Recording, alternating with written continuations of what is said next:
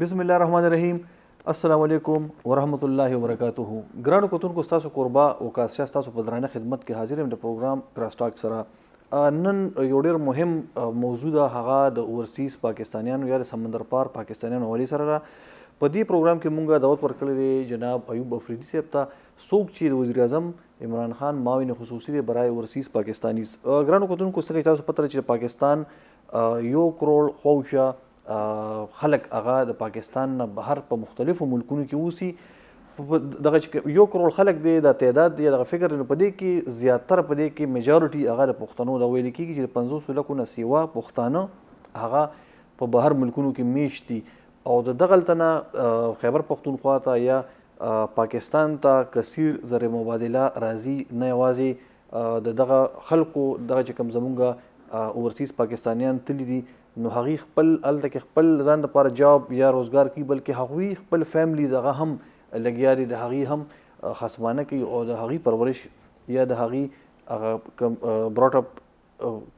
کول دي، د هغوی ټول انتظامات هغه پوره سیستم چې کوم دی نو هغه هغوی چلوي. نو دې لحاظ سره زمونږ چې کوم سمندر پار پاکستانیان دي یا اورسیز پاکستانیز ورته موږ وایو نو هغه محسنین دي د دې وطن، ځکه چې د پاکستان چې کوم ایکسچیکر دی یا خزانه یا کوم ریزرو دی نو په دې کې غټه برخه لاین شیر هغه پکې هم د دغه ریمیټنسز دی، د دغه زر مبادله دی کم چې د بهر ملکونو نه پاکستانیان رالیږي پاکستان ته. او بیا چې موږ څنګه ویل په دې کې زیاتره د پاکستانیانو کې اکثریت هغه د پښتنو دی. نو په دې لحاظ سره د وزیر اعظم عمران خان چې کومه فیصله وه چې ایوب افریدي ته چونکې هغه خپله هم پښتون دی هغوی ته دغه ذمهداري یا دغه که موږ وګورو ریسپانسیبلیټي ورکول نو دا بذات خود یو ډېره ښه فیصله ده. السلام علیکم. ایوب افریدي صاحب، یو جهان مننه او ستاسو دا اولنی پروګرام دی د نوې ذمهدارۍ نه. بالکل ډېر زیات مشکور یو ستاسو. مننه. ایوب افریدي صاحب، څنګه چې موږ ویل د 1 کروڑ خواوشا پاکستانیان هغه د دنیا په مختلفو ملکونو کې اوسي او په دې کې که موږ وګورو نو پاکستانیان چې کوم تعداد دی پای کې زیاتره پښتانه دي. تاسو هم بهر تاسو اوسئ، تاسو بهر پاکستانیان کتلي دي، هغه چې کوم د هغوی مسایل دي، د هغوی ستونزې دي، ایشوز دي، د هغوی نه تاسو ښه خبر یاست، تاسو نه بل څوک د دې نه زیات خبر نه دي. نو ستاسو څه پلان لرئ، ستاسو څه منصوبه تاسو جوړه کړې د هغوی لپاره، څه پروګرام دی چې تاسو د دغه پاکستانیانو نه کم چې د پاکستان نه بهر دي د هغوی دغه مسایل دغه مشکلات حل کول هغوی لپاره تاسو چې کوم پلان یا پروګرام جوړ کړی دی نو هغه څه دی؟ بسم الله الرحمن الرحیم. ټولو نه وړاندې خو ډېره شکریه او بالکل تاسو صحیح وویل چې دا زما وړاندې پروګرام دی او موږ خوشحاله یو چې وړاندې پروګرام موږ یې ویټي خیبر سره دی. څنګه تاسو ویل زه خپله باندې اورسیز پاکستاني پاتې جی، نه صرف میډل ایسټ کې بلکې ډېر ملکونو نورو کې هم پاتې. نو ما ته ډېره اندازه هم ده او پته هم راته ده، نو دې وجه چې ما ته پرایم منسټر صاحب دا ذمهواري راکړې ده. په میډل ایسټ کې خو زمونږ ډېر زیات پښتانه دي، نورو ملکونو کې ټول پاکستان نشته خو د میډل ایسټ ملکونو کې زمونږ ډېر دی. او یو خبره په دې کې دا چې دا کوم 2 کاله لاس وچلېدل په دې کې موږ ته ډېرې زیاتې پیسې فورن ریمیټنس راغو جی، او که دا نه وې راغلی نو موږ ډېر سیریس مسایلو کې به وو. نو دا موږ پرایم منسټر صاحب دا ډېر نږدې دي د اورسیز پاکستاني، نو هغه ما ته ډېر تاکید کړی دی چې هغوی هر څه مسایل دي چې هغوی مسایل حل شي او د هغوی مسایل واړه واړه مسایل دي او هغه ډېر اسانه باندې حل کېږي انشاءالله. یو خو دا چې زموږ د امبیسو اټیټیوډ دی چې دا لږ ورسره خط چلوي، ښه خبره کوي، په طریقه خبره کوي، په هغې باندې هم ډېر کار کېږي.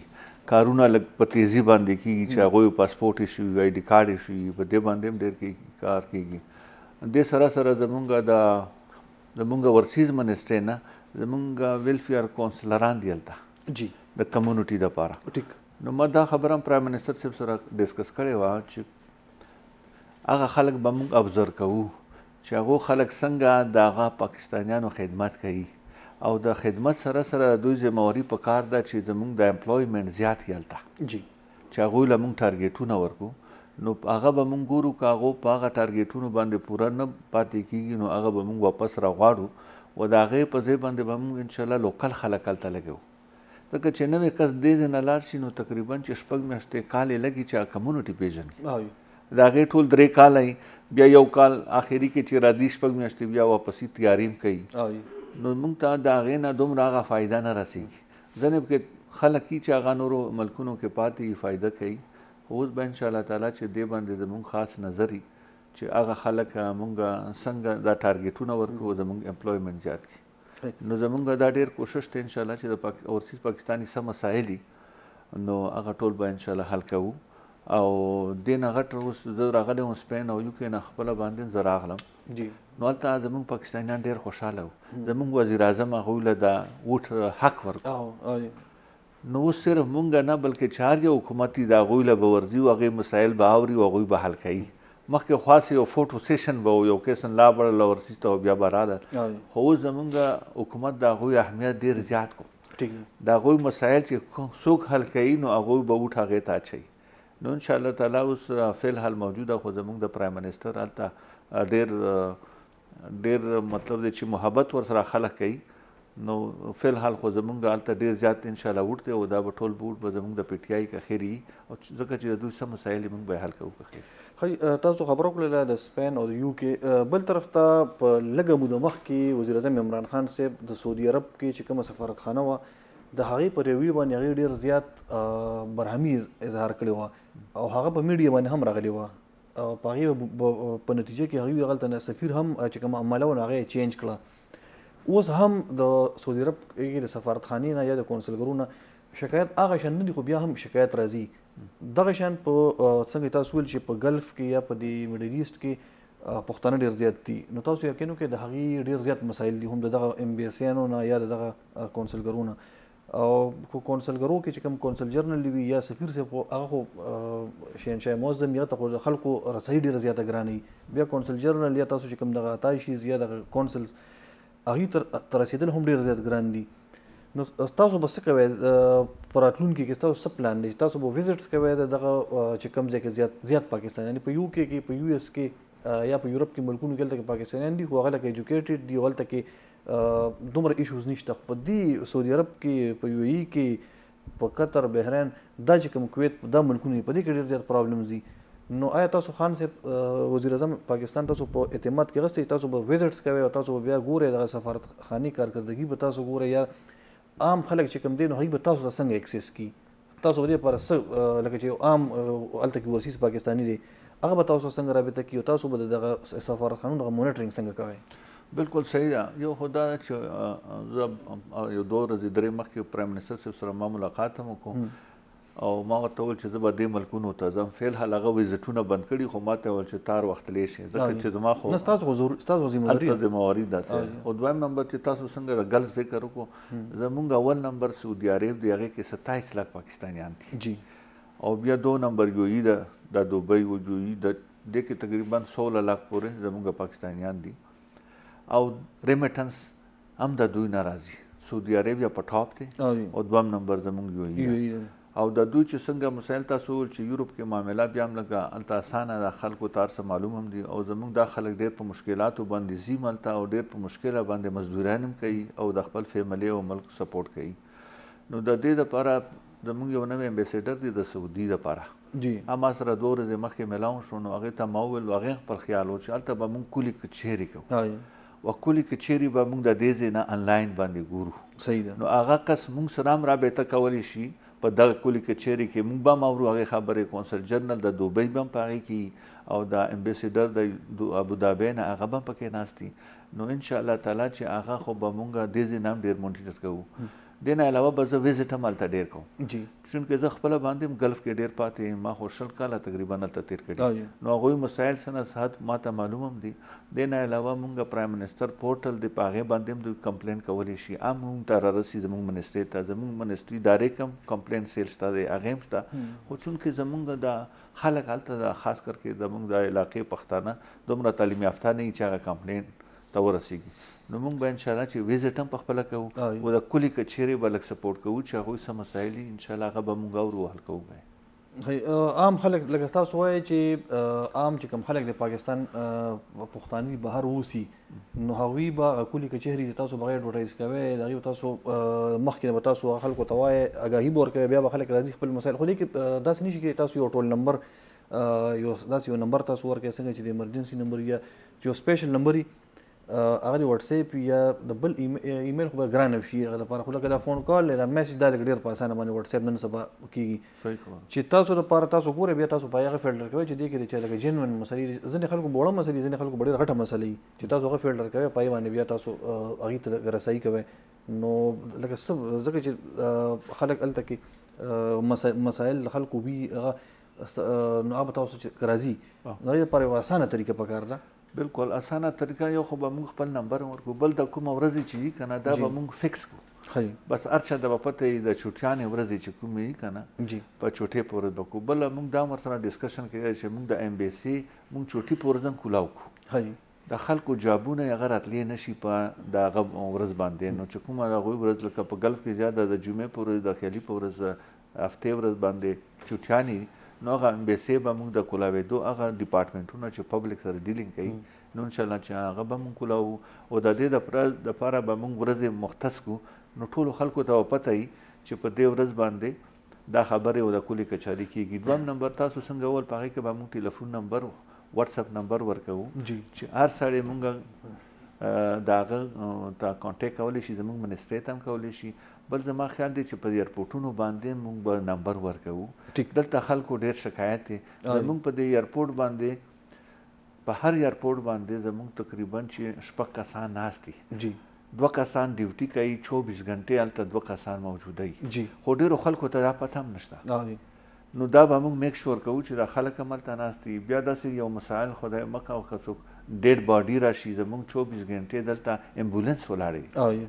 هغه کور ته موږ فری کې دا رسولی شو هغه کس دا هم ډېرو خلکو ته پته نشته دا او پی ایف والا زموږ چې کوم فاونډیشن ورسیز هغه دی دا ورته مخکې بل 24 غنټې موږ یو هغه کولاو کړی دی په او پی ایف کې اسلام آباد کې 24 غنټې هغه کسان ناست دي او ټلیفون ورته کولی شي خاص کر کې هغه د کرونا په وخت کې کولاو هغه اوس هم چلیږي نو هغه موږ اوس دا کوو چې 24 غنټې هغه موږ کنورټ کړو د شکایتو دپاره هم چې دا ځکه چې دا ځینې ملکونو کې دلته شپه شي هلته ورځي نو هغو خلکو دپاره به انشاءالله ډېر اسانه شي تاسو د او پی ایف وزټ هم وکړو په دې کې تاسو څه مسایل څه نشاندهي پکې وشول او تاسو په هغې باندې څه خبرې وکړئ چې زموږ کتونکو ته پته ولګي چې تاسو ګنې لګیا یې د دې اورسیز پاکستانیانو لپاره اقدامات کوئ جی ما خو وړاندې هلته وزټ وکړو زموږ د هیډ افیس چې کوم فاونډیشن او پی ایف والا دی که نه او بیا د هر برانچونه دي په دې ځایونو کې په دې صوبو کې نو زه پېښور ته چونکې راغلی وم نو وړاندې ما د دوی وزټ وکړو هلته زه څه کسانو سره هم ملاو شوم چې هغوی څه مسایل وو دلته مسایل داسې دي چې دلته مونږ ډېر دوی له فیسیلیټي ورکوو نو زموږ د دې فیسیلیټي پروجیکشن ډېر کمزور دی لکه اوس مونږ دلته سکولونه جوړ کړي دي او پی ایف اورسیز دپاره هغې دپاره د هر یو اورسیز بچي دپاره 50% کوټه ده پکې کوټه هم د رعایت دی فیس کې فیس کې صحیح لکه چې 50% به هغه نه مونږ فیس نه اخلو جی دلته مونږ کالج هم جوړ کړی دی په کالج کې هم دغه پیریورټي وړاندې مونږ د اورسیز پاکستاني را ورکوو یعنې دا معلومات دوی ته دومره نشته پکې دویم نمبر ما اوس پکې دا ایډ کړو چې یاره مونږ سکولونه هر ځای کې خو جوړولی نه شو نو مونږ له سکالرشپ پکار دي د هر ډسټرکټ د ټول پاکستاني پر اوس هر ډسټرکټ کې خو سکول نه جوړېږي نو هر ډسټرکټ هغه بل ډسټرکټ والا ماشومان به څه کوي نو اوس مونږ د سکالرشپ طریقه کار راوباسو چې هر یو سکول کې ته ماشوم داخل کې نو تا ته به د دې بینیفټ ملاویږي چې تا ته به 50% په هغې کې ریلیف د سکولونو لپاره نو په دې کې انشاءالله تعالی چې دا شی مونږ لږ خلکو ته به دا کوشش کوو چې ورسوو بل اوس ما پکې دا د کویشن انسر کې چې راتلو چې دا سکولونه مونږ چېرته خپل هم جوړوو چې په میرټ باندې کوم ډسټرکټ کې چې زیات او پی ایف اورسیز خلک دي چې هغه له مونږ وړاندې لاړ شو دا نه چې اوس زما ډسټرکټ دی او زه خپل ډسټرکټ راولم سکول هلته اورسیز کمې مخکې داسې شوي دي چې کوم منسټر به راغو هغه به خپل ډسټرکټ له دا سکولونه یوړل هلته به کم نو چې چېرته به زیات و هغو خلکو به لږ هغو ته به لږه بېانصافي کې دی نو انشاءالله آینده لپاره به دا موږ په میرټ هم کوو خو چې کوم ځای کې سکول نه وي نو هلته به سکالرشپ ورته ملاوي او ډېر ښه خبره زه یوه شندامه د مینې پس راځو ګرانو کتونکو یوه شندامه اخلو ګرانو کتونکو د مینه پس تاسو په خدمت کې موږ بیا حاضر یو. موږ سره په نړۍ خبرونه کې ایوب افریدي صاحب څوک چې د وزیر اعظم معین خصوصي دی د اورسیز پاکستانیانو لپاره. د هغې نه موږ تپوس کوو چې دوی څه پلان لري اورسیز پاکستانیانو لپاره، ځکه چې د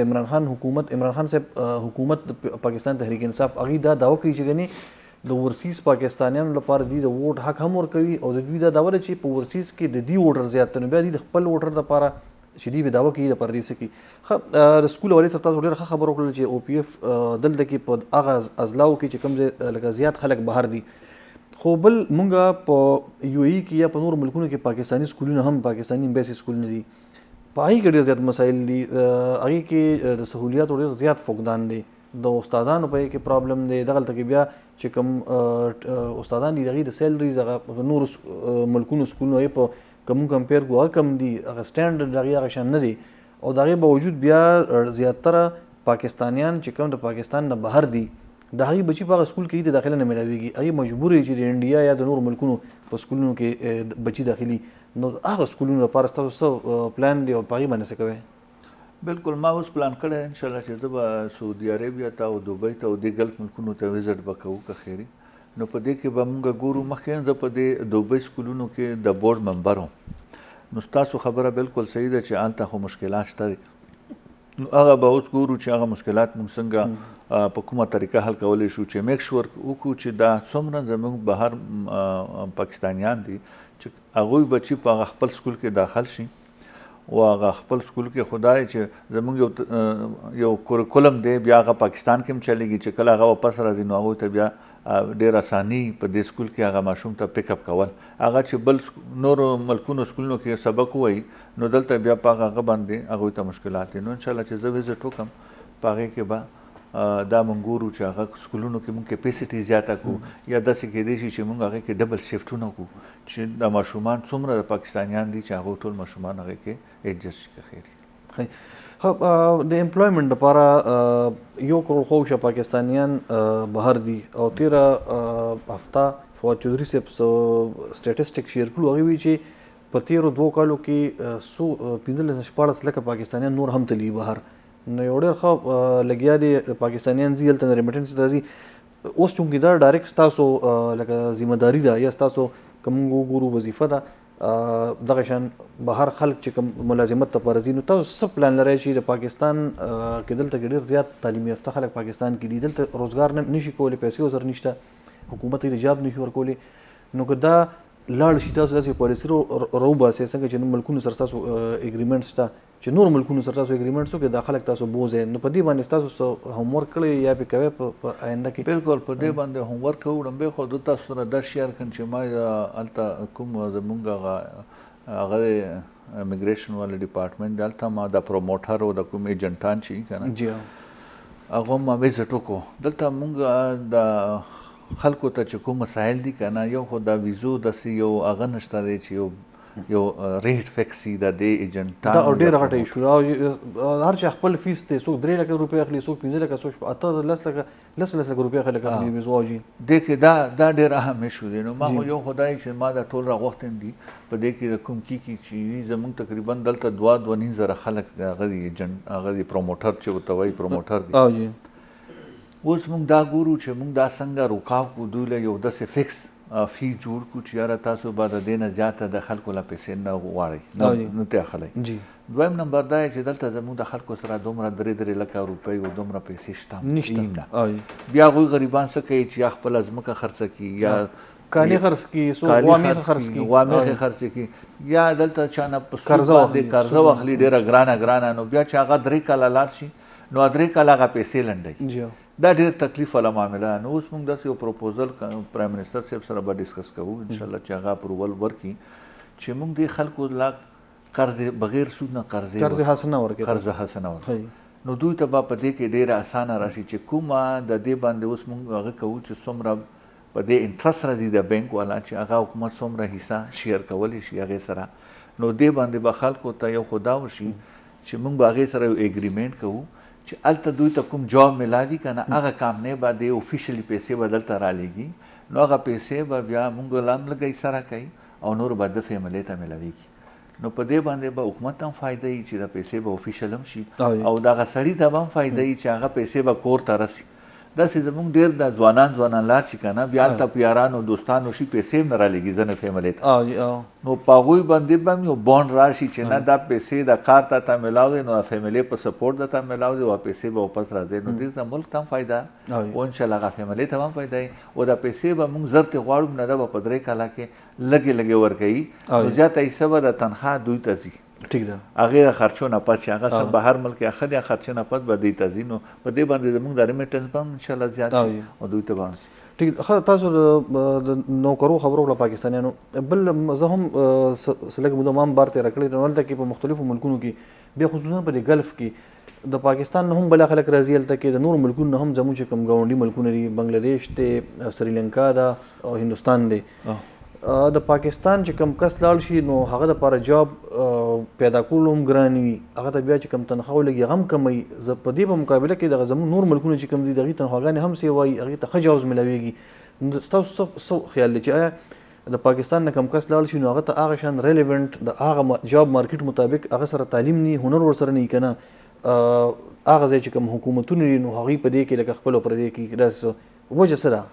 وجه دغه چې موږ د خلک داسې ټرین نه دي چې اوس کوم ریکوایرمنټ دي، نو موږ اوس دا کوو. مخکې خو دا کوم ګلف کې چې کارونه وکړو نه کنسټرکشن او سخت کار به و، نو هر کس به کولی شو، خاص کر کې زموږ د پښتانه هلته ځکه زیات هم دي او کامیاب هم دي چې موږ خو ډېر سخت خلک یو او ډېر محنت کوو، هر څنګه سخت کار هم کولی شو، هغه نور نیشنلټي کولی هم نشي. خو اوس چونکې هغه کار نوعیت بدلیږي، ډیجیټل طرف ته روان دی، ټوله دنیا ډیجیټل ته روان دی. اوس بلډینګونه لکه اوس یوئی کې وګوره یا دوبۍ کې بلډینګونه تقریبا پوره شول، نو هغه بلډینګونه اوس جاب دی مینټین جاب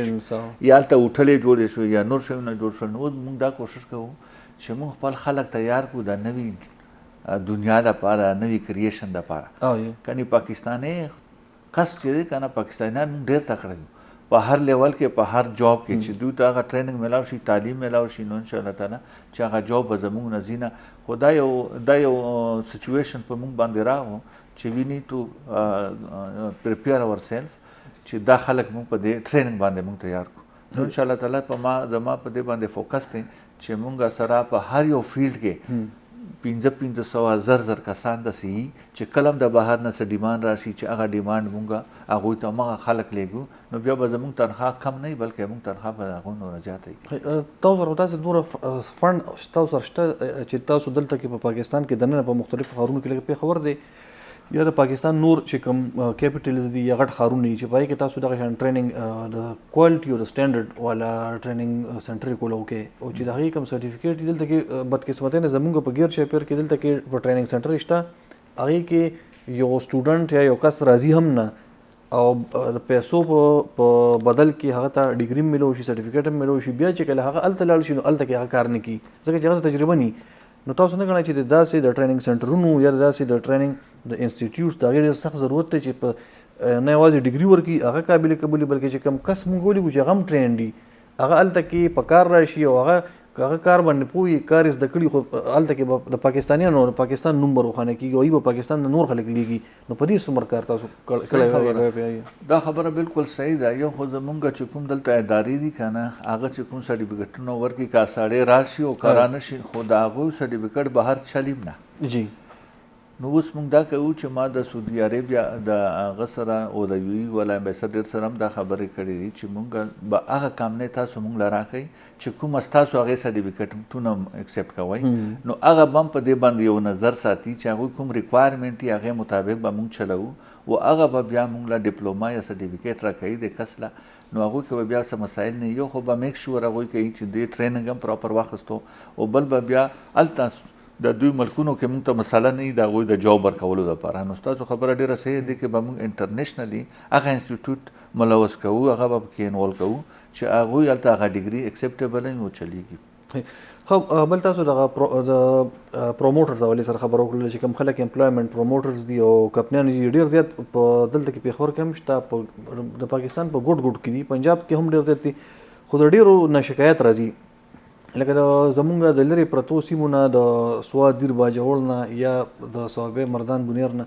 خلک راشي پنډۍ ته لاړ شي، په پنډۍ کې دا ډېر زیات دي دغه پروموټرز، هلته کې ټیسټ واخلي، ویزې په دې کې زیاتره جعلي ادارې دي، جعلي یو اشتهار چاپ کی خلک نه پیسې ولي، هغه پیسې د ډوبې شي. نو دغه چې کوم دغه جعلي کوم ادارې دي یا د خلک د دې د نیولو لپاره څنګه تر اوسه پورې حکومت په دې کې ناکامه شوی، تر اوسه پورې په هیڅ حکومت په دې کې لکه نه اکشن اخیستی نه هغې نتیجه مخې ته راغلې ده. نو په دې باندې به تاسو آیا څه هغه شته؟ بالکل په دې باندې خو ما چې کوم بریفینګ په وړاندې ورځ ما خستو د هغوی نه، نو هغوی دا خبره کوله چې یاره موږ اډورټایزمنټ ورکوو، خو ځین چې هغوی د جاب اډورټایزمنټ سره ضروري ده چې زموږ کوم د پروموټر دی د هغوی اډورټایزمنټ وشي، د هغوی د نمو اډورټایزمنټ وشي او پبلک موږ په دې خبر کړو چې د دې نه علاوه دا نور خلک چې کنه دا اډو د حکومت لیسن لري نه، نو په دوی باندې زموږ یو خو د بهر خلک چې بهر لاړ شي ډېر سیده ساده وي چې دلته څه وویني بس یا خو ډېر ایګر وي یعنې ضرورتمند هم وي بس زر زر پې هغه دوی پې ورشي. او موږ به دا کوشش کوو چې هغه پوره موږ د هغو نومونه لیسټونه هغه کامنو وله ورکړو چې یاره په دغه کامنو کې صرف خلک بهر ته تللی شي. خو چې کوم دا بې انصافي او زیاتې کوي دا اوس به دا موږ ګورو چې موږ په پېښور کې یا په کوم کراچۍ کې کوي که په پنجاب کې په کوم ډسټرکټ کې چې زیات ضرورت وي هغه هلته موږ دا شی لږ ایکولایز کړو. ټول پنډۍ ته راځي ځکه چې د پنډۍ خلک ډېر زیات د ایجنټان دي، نو لږ موږ د هغو علاقو نه دې خوا هم کړو. نو بیا به د دې روکتام دا افیشل خلک هم کوي چې پېښور کې اوس 10 کسان زموږ ناست یو سړی راوځي نو هغوی به وایي چې دا جعلي دی ځکه چې هغه خو ټول یو بل پېژني. نو انشاءالله کوشش به موږ کوو چې په دې کې جعلي خلک موږ ډسکریج کړو، هغه پکې را نه شي او د موږ خپل خلک چې کوم دي چې هغوی بیا د شیونه ورکړي مخکې. یو خو دغه کابنیان بل په دې کلو کې غیر چاپیر کې ایجنټان هغه لکه څوک په غلا باندې کس لیږي، د چا له پاسپورټ باندې فوټو چینج بله طریقې دي، د خلکو نه پیسې اخلي بهر ملکونو لپاره، هغه هم څه پکې کامیاب شي څه پکې کامیاب نه شي. د چا نه لکه زیاتره کیسونو کې د خلکو پیسې وخوري او غیر چاپیر. زه خپل هم یو 10 کسان داسې پېژنم چې ایجنټ له پیسې ورکړي، ایجنټ یې تښتېدلی دی او داسې قسمه لکه د دې مخنیوي به تاسو څنګه کوئ؟ ستاسو لپاره یو چیلنج دی که نه؟ د دې لپاره خو حکومت دا کولی شي چې یو قسم موږ د خلک ایجوکیټ کړو او موږ دوی ته ووایو چې یاره دې خلکو نه ځان وساتئ، د تاسو چې بوځي که نه یو خو زموږ خلکو شوق هم ډېر وي چې یوروپ له ځي دومره په ریسک باندې دومره په سختو لارو باندې دا خپل ماشومان لیږي د هلکان ځي، نو په کار نه دی چې دا شان لاړ شي. یو خو د دې نه د ملک ډېره بدنامي کېږي چې ایلیګلي، بل د هغوی زندګي لایف ډېر په تریټن کې شي، هغه کشتو کې دي یا کشتې کله ډوبې شي یا بارډر هغوی کراس کوي ایلیګلي. نو دا په کار دی چې دا مونږ ډسکریج کړو، دا هلکان داسې نه لګي او چې کوم مونږ دا پروموټر دي دوی سره ویزې کانټیکټ وي افیشلي، نو په کار دی چې په دې باندې صرف دوی لاړ شي. د ووټ ورکولو د حق ورکولو سمندر پاکستان ته ورسیز پاکستان نشته، په دې کې څومره کار شوی دی؟ حکومت قانون خو پاس کړ د اسمبلی نه، نو په دې کې څومره لکه نور پرمختګ دی؟ آیا اوس چې کوم راتلونکي انتخابات کېږي تقریبا یو نیم کال بعد، نو تاسو ګڼئ چې په کې به د پاکستان نه بهر چې کوم پاکستانیان اوسئ په ووټ واچولی شي په انتخاب دغه الیکشن کې؟ انشاءالله بل نه دا زموږ سره ډېر ټایم دی او ما شبلی فراز صاحب زموږ منسټر دی دی ما هغوی ته ریکویسټ هم کړی چې یاره په دې باندې موږ لږ بریفینګ تاسو راکړئ چې په موږ د بهر ملکونو کې بیا د خلک هغې مطابق ټرین کړو. نو هغه اوس الیکشن کمیشن سره هغه میټینګونه روان دي، نو انشاءالله تعالی چې موږ به بیا د بهر خلکو له ورځو دا به ډیمو ورکوو، دا به پوره په دې باندې موږ پوهوو او دا ډېر ایزي شو، ډېر ټرانسپیرنټ به شي. مخکې خو د 1970 نه تقریبا په دې ټول زموږ په الیکشن باندې هر سړی بلیم لګوي چې څوک وبیلي وایي چې نه ما داندلي ما سره وشو، یعنې تر اوسه پورې. نو انشاءالله تعالی چې دې سره به موږ خو اپوزیشن سپورټ نه کړو ځکه چې اپوزیشن خو پخپله ټیک نه دی، خو دې نه پس به انشاءالله چې په دې ټیکنالوژي په بیسس باندې به د هر یو شی د داندلي مکمل خاتمه وشي او دا به بالکل ټرانسپیرنټ طریقه باندې حکومتونه راځي. دې کې یو بل کوېسچن هم خلک کوي، هغې دا وایي چې یاره د پاکستان نه بهر ملکونه دي، نو په هغې کې به لکه څنګه پاکستاني به څنګه ووټه شي؟ آیا په یو ورځ چونکې یو ورځ به الیکشن دپاره نو لکه دوبۍ شوله یو ای شو یا سعودي عرب شو یا دغه شان نور ملکونه شو یا په امریکا کې، نو هغې دا خیال دی چې یو مرکز به څنګه جوړېږي چې لکه یو مرکز جوړ شي هغې ته په هغه ورځ باندې ټول پاکستانیان دغه ملک نه راوځی شي، او آیا د هغه ملک قانون به اجازت ورکړي چې په یو ورځ باندې ټول پاکستانیان راوځی شي ووټ واچي؟ آیا په یو ای کې یا په سعودي عرب کې د نور ملکونو لپاره دغه شان سیسټم شته؟ بالکل شته او دا کوېسچن موږ خپل هم هغې نه کړی ځکه چې موږ اوس کومې حلقې دي پاره حلقه کې خپل ماشين به لګي نو خلکو لیسټونه لګېدلي دا ډېر اسانه چې راشي او خپل ووټ په خپل حلقه کې واچوي او انټرنیشنلی به دا لږه مسله ځکه چې اوس فار ایگزامپل دوبۍ وغله دوبۍ کې زموږ 300 حلقې او 300 حلقو خلک هلته ناست دي نو هغه دپاره به موږ سره بیا لږه داسې ماشین په کار دی چې هغه خپلې حلقې ته هغه ووټ ټرانسفر کولی شي چې یو ووټ کوه چې هغه اټومیټیکلي هغه حلقې ته هغه حلقې ته ځي نو زمونږ هغه سیستم به لږ د خپل پاکستان د سیستم نه مختلف دی خو چونکې اوس دنیا دومره ترقي کړې ده چې اوس تل لکه رومینګ سروس باندې په موبایل باندې لاړ شي نو دلته لوکل کا موږ ته میلاو کو نو هغه وړاندې تا وګوري بیا انټرنیشنلی تا وګوري بیا چې ته لندن کې بیا لندن کې تا باندې درشي هغه پیسې ور باندې کیږي هغه باندې تا نو د دنیا ډیره ترقی کړي ان شاء الله تعالی چې څه مسله بنئ چې الته موږ د کې ایڈجسټمنټ وکړو نو هغه به ډایرک هغه خپل حلقې ته هغه وټ په طریقه باندې رسي خدا ماشینان ستا خبره بالکل صحیح ده دا به د پاکستان نه لږ مختلفي لږ مور ایڈوانس ټیکنالوژي وای چې بیا هغه حلقې ته هغه سړی خپل ځای ته چېرته چې هغه رجسټر دی د هغه امیدوار ته خو د دې لپاره چې کوم هغه ځای کې کوم خلک هغه هم ټرینډ کولو عمله چې کومه ده نو آیا لکه دغه سوال پیدا کېږي چې یو داسې تاسو سره نور یو غټ ایریا وي لکه په یو ای کې مثال کوم واخلو نو هلته خو پاکستانیان لکه تاسو ویل چې 14 لکه پاکستانیان دي نو یو ځای ته خو نه راجمع کېږي دا مختلفو ځایونو ته راجمع کېږي دې لپاره عمله او بیا آیا لکه د هغه ملک قانون خو منعت خو نه کېږي نه لکه د هندوستان چې کوم کېږي الیکشن کېږي نو آیا د هندوستان خلک هم هغلته کې دغه شان ووټه چې د خپل ملک لپاره که نه هلته خو ډېر نه صرف د هغه والا هندوستان والا خو ما ته معلوم نه دي خو د یوروپ والا چې کوم امریکې والا یو ډېر ملکونه هغه راځي ووټ اچوي زموږ سره هلته مختلف ځایونو کې د بندوبست کې دی چې لکه د سکولونه دي هر ځای کې زموږ د پاکستان سکولونه دي هلته موږ یو بوت ولګوو چې خلکو ته اسانتیا وي کونسلیټ کې ولګوو ایمبیسي کې ولګوو او په نورو داسې ځایونو کې دا لګولی شو داسې څه مسله به نه صرف تاسو کوم کوېسچن وکړو چې هغه حکومت د مخه هېڅ بندش نشته هغه هر یو حکومت زموږ د بل حکومت د ریکوایرمنټ خیال ساتي او ان شاء الله تعالی چې دا ټول خلک به مو ټریننګ کوو ټول خلک به ووټ هم اچوي او هغې په ووټ کې ډېر طاقت هم دی او 90% تقریبا چې دا ووټ د پی ټي آی دا ما ستاسو نه پوښتنه کوله شیخ رشید وایي چې دا ووټ چې پی ټي آی څومره بهر خلک دی ټول پی ټي آی دي دا څنګه تاسو وایي چې دا پی ټي آی ووټ ورکوي دا بهر خلک چې دي که نه په دوی باندې خپل وطن ډېر ګران دی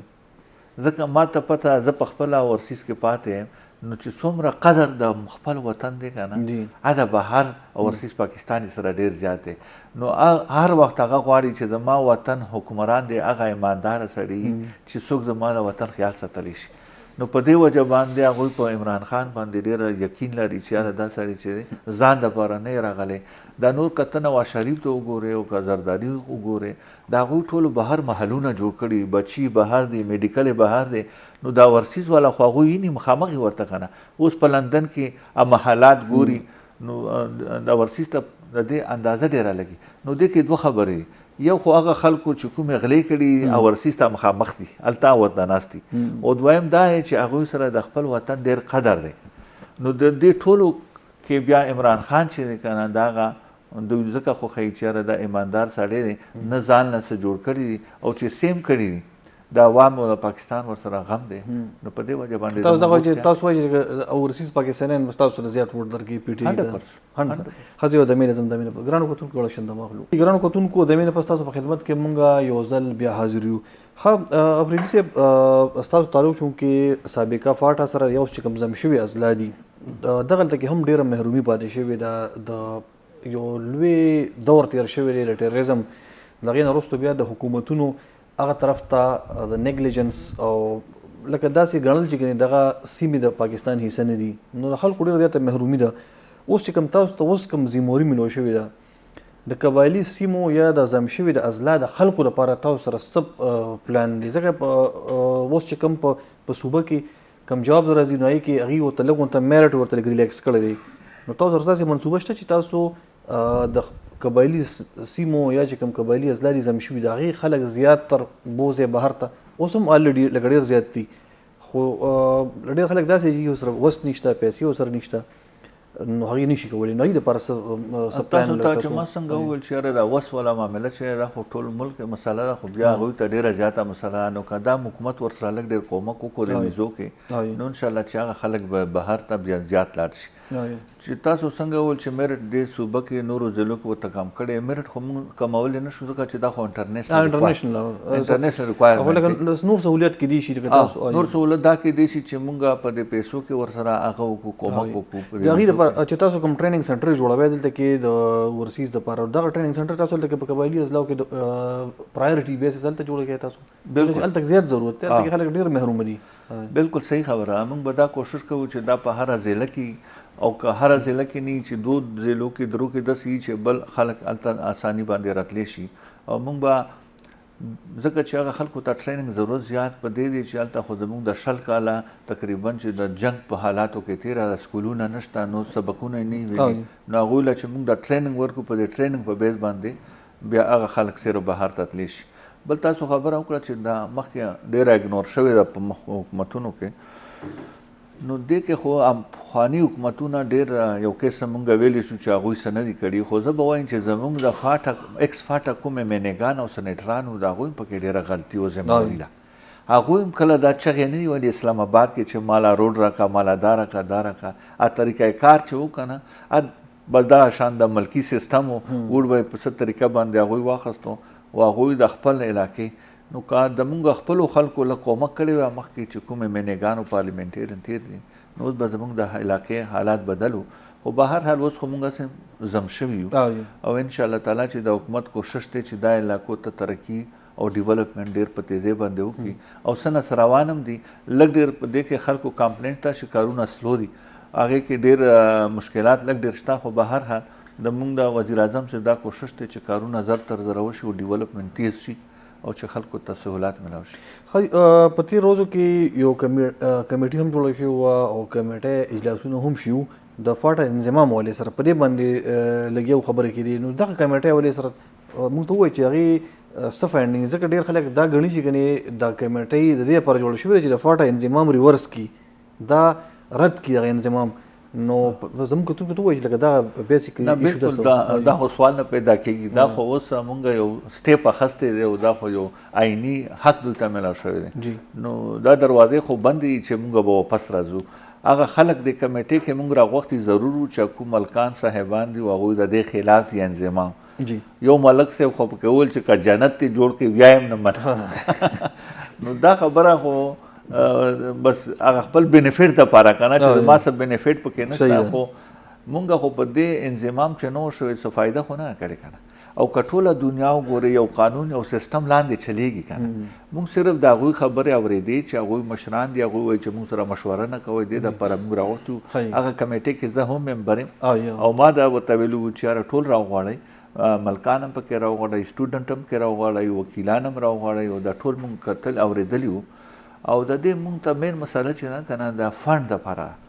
او فنډ مونږ نورې صوبې دومره سپورټ کوي نه نو سپیکر صاحب دا فیصله کړې ده انشاءالله چې مونږ به د دې کمیټې څو ممبران سپیکر صاحب سره ځو کراچۍ ته هغه وزیر الله صاحب ته به ریکویسټ کوو او بیا به بلوچستان ته ځو دغه شان بیا به پنجاب ته ځو د حکومت خو زمونږ دی خو چونکې پنجاب یو هغه بله صوبه ده بله صوبه ده هغوی سره به کینو هغوی ته به وایو چې دا د ټول ملک ذمهواري ده که زمونږ د ایکس فاټا کې امن وي که نه دا به ستا په ټول پاکستان کې امن او کالته بدمي او ته ډیولپمنټ ورنه کړي او هغه ورنه کړي نو مغه زوړ حالاتو ته به بیا ولاړ شي خلک خو مجبوره شي څه به کوي نو انشاءالله مونږ امید دی چې پیسې به مونږ له راکړي او هغه پیسې چې راشي نو دا کارونه به ډیولپمنټ ډېر په هغه تیزي شي ښه د انضمام چې کوم مخالفین دي هغې دا وایي چې ګنې د انضمام سره د فاټا د خلکو نمایندګي کمه شوې ده هغې د سینټ چې کوم نشستونو د هغې ذکر کې د MNA یا د قومي اسمبلی سیټونه هغوی دا هم کم شوي دي نو تاسو نه ګڼئ چې د هغې خبره خو دغه ټیک ده چې ستاسو د سینټ سیټونه کم شول نه زمونږ خو د سینټ کم شول خو زمونږ خو صوبایي اسمبلی زیات شول که نه مخکې خو صوبایي اسمبلی کې زمونږ وونه زمونږ دا صوبایي اسمبلی ممبران ډېر امپورټنټ دي کمپیر ټو سینیټرانو سره خو نه فنډ دي خاص کر کې زمونږ حکومت خو نه ورسره فنډ دي او نه پبلک یې جوړوي دا خلک خو بس په مختلف طریقو باندې چې څنګه راځي هغه ټولو ته پته او د صوبایي زموږ چیف ایگزیکټیو اوس وزیر الله صاحب دی. وزیر الله صاحب د دې علاقې د ډیولپمنټ ذمہ دار سړی دی او د زموږ د چې څومره ممبران دي تقریبا 20 ممبران دي دغه ممبران له خپل خپل فنډ دي جی او هغه علاقې خپل علاقې جوړوي. په دې کې ځینې منستران دي او کېدای شي چې فیوچر کې زموږ د ایکس فاټا نام چیف منسټر هم راشي. نو د دې سینټ د ختمېدو نه موږ ته د صوبایي اسمبلۍ ممبرانو ډېره زیاته فایده ده. نو موږ څه نقصان نه کړی په ممبرانو کې، ځکه چې دغه ممبران دي چې صوبایي معاملات به حل کوي، هلته علاقې معاملات به حل کوي او دوی ته ډایرکټ فنډ میلاویږي. او نن سبا وخت کې د 18 من نه پس خو صوبه ډېره خودمختاره، نو صوبه بیا فنډونه وار یو شی ورکوي. نو انشاءالله تعالی چې دغو ممبرانو سره به زموږ د علاقې ډېره فایده کېږي. د فاټا یا چې کوم ضم شوي اضلاع دي د دې حوالې سره اوس هم زموږ چې کوم مختلف رپورټران دي یا نور خلک دي، عام خلک دي، نو هم دا لکه ګیله کوي او دا شکایت کوي چې کارونه نه کېږي، کارونه ولاړ دي په ټپه باندې. د سکولونو حوالې سره وي چې د فاټا یا د ایکس فاټا یو شمېر ضلعي دي په سیټل ډسټرکو کې، په هر ډسټرک کې انجینرینګ یونیورسټۍ یا پکې میډیکل کالج دی یا پکې بل پروفیشنل کالج دی. وی د ټولې فاټا لپاره یو میډیکل کالج تر اوسه پورې جوړ نه شو، یو یونیورسټي جوړه نه شوه. نو په دې باندې لکه د خلکو محرومي خو دا خو په ځای ده، لکه دا خو او په دې پیسې څومره لګي. د NFC دغه چې کوم شیر دی 3% دا خو اربونو روپۍ دي. نو په دې باندې خو لس یونیورسټۍ جوړېږي په دغه ځای کې، نو دا ولې نه جوړېږي؟ او خبره هماغه چې پیسې موږ ته میلاو نه دي. اصل کې مسله ټوله د فنډینګ ده. که دغه پیسې موږ د کمیټي جوړه شوې هم دې لپاره او زموږ د ویزټ چې ما څنګه تاسو ته وویل چې دا ویزټ لاړ شي او د حکومتونو د صوبایي حکومتونو سره زموږ دا خبره وشي چې فنډینګ مو لراکړي. اوس تقریبا 3 کاله زموږ وشول، زموږ 300 میلیون جوړېږي، 300 ارب او دا 300 ارب روپۍ چې موږ ته میلاو شي په دې باندې میډیکل کالج یونیورسټۍ څه کې چې دا به یوروپ ته جوړ شي، دا به ټول پاکستان مخکې شي. انډسټري په لګې دی شي لکه خو دې سره بل چې کوم د معدنیاتو ایشو ده، په مختلفو ضلعو کې به معدنیاتو ډېر زیات ایشوز دي. په چته سټیر اخیستلی شوي دي، چته د چا تنازعه ده. نو دې نه مخکې خو دا کم از کم معدنیات به تل خلکو ته بسل پیسې هغه لکه مومندو کې په باجوړ کې دغه ډېر زیات ایشوز دا سره روان دي. نو په دې باندې حکومت څه کوي؟ د معدنیاتو مسایل خو داسې دي چې دا د حکومت نه زیات د دوی خپلو کې مسایل ډېر دي. اوس دا خو مخکې خو دا و چې چا سره به څه و بس هغه به نیولې و، قبضه به و، پته نه لګېده، قومونه به اوس دې کې ډېر سره او سپین راووتل، ډېر قیمتي شول. نو بس یو بل پسې اوس دشمنیانې جوړې دي، هغه جوړې دي. نو په دې وجه سټې ولاړه. ما بله ورځ هم خپل قوم کې یو غر دی، هغوی کویله 3 کالو نه یې بند کړی خپل. ما چې دا بند پاتې شي نو دا خو هېچا ته هم فایده نه کوي. نو په کار دی چې دې له هر یو کس له حصه میلاو شي او په دې باندې نو جرګې او طریقې کار روانې. مخکې خو داسې وه چې اوپن معامله وه چې چا سره به طاقت و بس هغه به قبضه کړې وه. اوس خو چونکې حکومت راغلی دی، پولیس و، نظام دی او کورټ دی، نو اوس په دې باندې دوی جرګې خپلو کې روانې دي او حکومت خو دا کوشش کوي، صوبایي حکومت چې یاره دا دوی جرګې زر تر زره مسایل حل شي او دا په دې هغه کې راشي دا کارونه. په دې کنې دا زموږ ټوله ایکس فاټا چې کومه ده دومره مالداره، دومره معدنیات دي پکې چې په دې خپله باندې موږ ډېر ډیولپمنټ کولی شو. خو بدقسمتۍ نه دا په دې معاملاتو کې ځینې باندې کار روان هم دی، ځینې کېږي، خو ځینو کې دشمنان هم روانې دي. پاکې جرګې مرګېدو خپلو منځ کې کوي، امید دی چې دا به زر تر زره حل شي. دې سره تړلی بل د وزیرستان حوالې سره خبره ده. وزیرستان کې چې کوم قومي مسله زموږ هلته کې ایشو ده، نو دې نه صوبایي حکومت یا یو کمیټي جوړه شوې او هغې خپل سفارشات ورکړي دي. هغې وایي چې موږ د وزیرستان کې دغه ضلعې چې کوم دي تقسیم کړو، خو حکومت مرکزي حکومت ستاسو په هغې باندې تر اوسه پورې هېڅ قسم اقدامات ونه کړل او دا ویل کېږي چې ګنې دغلته نه یو سینیټر دی د دغه ریجن نه، هغه نه غواړي چې دا معاملات حل شي. نو په دې کې څومره حقیقت دی؟ یاره دا خو بس څه ووایي چې سینیټر ولې نه غواړي چې معاملات حل شي؟ څومره نمایندګان چې د خپلې علاقې دا خواهش او کوشش کوي که هغه په اپوزیشن کې د یو فریق پکې هغه نماینده دی. نو هغه لکه وزیر اعظم دا ویل کېږي چې فایل تیار پروت دی، هر څه ریډي، صرف وزیر اعظم صاحب له وړل دي هغه ساین کول دي یا اعلان کول دي، خو دې نه پرېږدي. یو خو که د صوبایي معاملات نو دا د فیډرل ناډو دې ته ضرورت هم نشته. صوبایي ډول وزیر اعلی صاحب هم دا کولی شي دا معاملات. بل چې هلته راشي د علاقې خبره شي نو وزیر اعظم بیا یو سینیټر ته ګوري نه چې یاره سینیټر خفه کړي یا ایم خفه کړي، هغه فیصلې کوي د عوام د فلاح دپاره، عوام د خوشحالۍ دپاره. نو زه به دا کیس سپیشلي ما ته خو اندازه نشته، زه به دا چک کړم او انشاءالله تعالی ویل میک شور چې په هغې باندې زر ته زره په هغې باندې کار وشي او چې څه د خلکو د فایدې دپاره چې په هغې زر فیصله وشي. ستاسو څه خیال دی چې اوس دا اخرنی کوېسچن زما ستاسو نه د بلدیاتي انتخابات را روان دي، دې نه پس بیا غټ انتخابات را روان دي،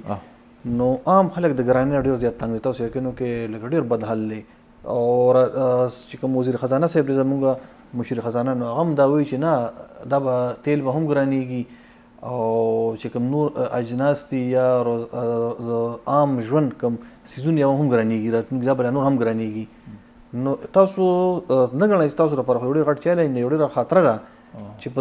غټ الیکشن کې په 2023 کې یا په 2023 کې کوم کېږي نه یو به خلک تاسو له ډر نه کېږي. دا خبره خو صحیح ده، خو دا چې کوم فاینانس منسټر تاسو ریفرنس ورکړو هغه خو دا ګوري چې انټرنیشنلی اویل چېرته روان دي، نو هغه هسې اندازه لګوي چې کیدای شي دا به نور هم ګرانېږي. کنې حکومت دا نه ګرانوي، حکومت نه په ټیکس په څه شي لګولی دی نه یې ګرانوي، دا ګراني زمونږ مساله د انټرنیشنلی ده. نو چې هلته تیل ګران شي دلته بیا په هغه مطابق باندې قیمتونه دوی ایډجسټ کوي او دا یو مسله خو شته. ګراني خو دا خلکو ته ډېر تکلیفات دی او موږ کوشش کوو، خو دا تکلیفات زمونږ په لاس کې دي نه. اوس لکه مخکې به یو کانټینر د چاینا نه راتلو په $2000، اوس په 11000 راځي. نو ته داسې اندازه ولګوه چې په دې باندې دومره خرڅ وشي اټومیټیکلی. او مخکې حکومتونو دا کړی دی چې هر یو شی زمونږ اکونمي په امپورټ اچولی، زمونږ هر یو شی په امپورټ کېږي. اوس زمونږ حکومت خپل کسانو لا تقریبا 2 लाख نه 5 लाख پورې فری پیسې ورکړي د سود نه فری، چې په دې باندې تاسو خپل اجناس جوړ کړئ او دې سره مونږ سټاک جوړ کړو چې مونږ به 4 میاشتو سټاک به مونږ ګټو. مخکې به یو میاشتې و، نو کله کله به په دې کې ډېر اپ اینډ ډاون راغلل، شي به ګرانېدو. نو انشاءالله تعالی چې دا شیونه زموږ خپل پیداوار به وشي بیا به دا شیونه ټول ګراني به هم نه راځي. او امید دی چې کوم زموږ د څه وخت تېرېدو سره په دې ګراني کې به ډېر کمې راځي، ځکه چې دا ګراني دې نه هم راغلی ده چې دا کرونا په وجه باندې دا ډېر د شپ بند شوي دي، ډېر جهازونه بند شوي دي. نو دا اوس نورمل حالاتو ته راځي، نو دې سره به انشاءالله مهنګاي کنټرول کړي. یو جهان مننه، مهرباني. ډېره مننه. ګرانو کتونکو ایوب افریدي صاحب سره زموږ دغه پوښتنه وه، په دې کې زیاتره زموږ چې کوم سمندر پار پاکستانیز دي یا ورسیز دي، نو د هغې سوالونو او د هغې ایشوز هغې باندې موږ دغه پوښتنه دي نه کوله. خو موږ افریدي صاحب سره د پروګرام دوران کې دغه خبره وکړله چې ګنې په راتلونکي هفته کې موږ یو پروګرام داسې وکړو چې هغه لایف وي، په هغې کې تاسو موږ ته فون کالز وکړئ او ستاسو څه مسلې د پاکستان نه بهر چې تاسو په هر ملک یې، نو انشاءالله په راتلونکي هفته کې به موږ یا په راتلونکي یا په نیکسټ ویک کې به موږ دغه پروګرام ستاسو لپاره راوړو. تاسو موږ ته په هغې کې ټلیفون کال وکوئ، میسج به موږ ته رالیږئ، ستاسو چې کوم مسلې څه پرابلم څه ایشو وي نو هغه به موږ نیغ په نیغه باندې ایوب افریدي صاحب ته رسوو او هغې باندې به امید دی چې په هغې باندې ستاسو هغه مسله حل شي، په هغې باندې ایکشن واخیستی شي. راتلونکي هفته کې به بیا ستاسو په خدمت کې راوترغي. الله په امان.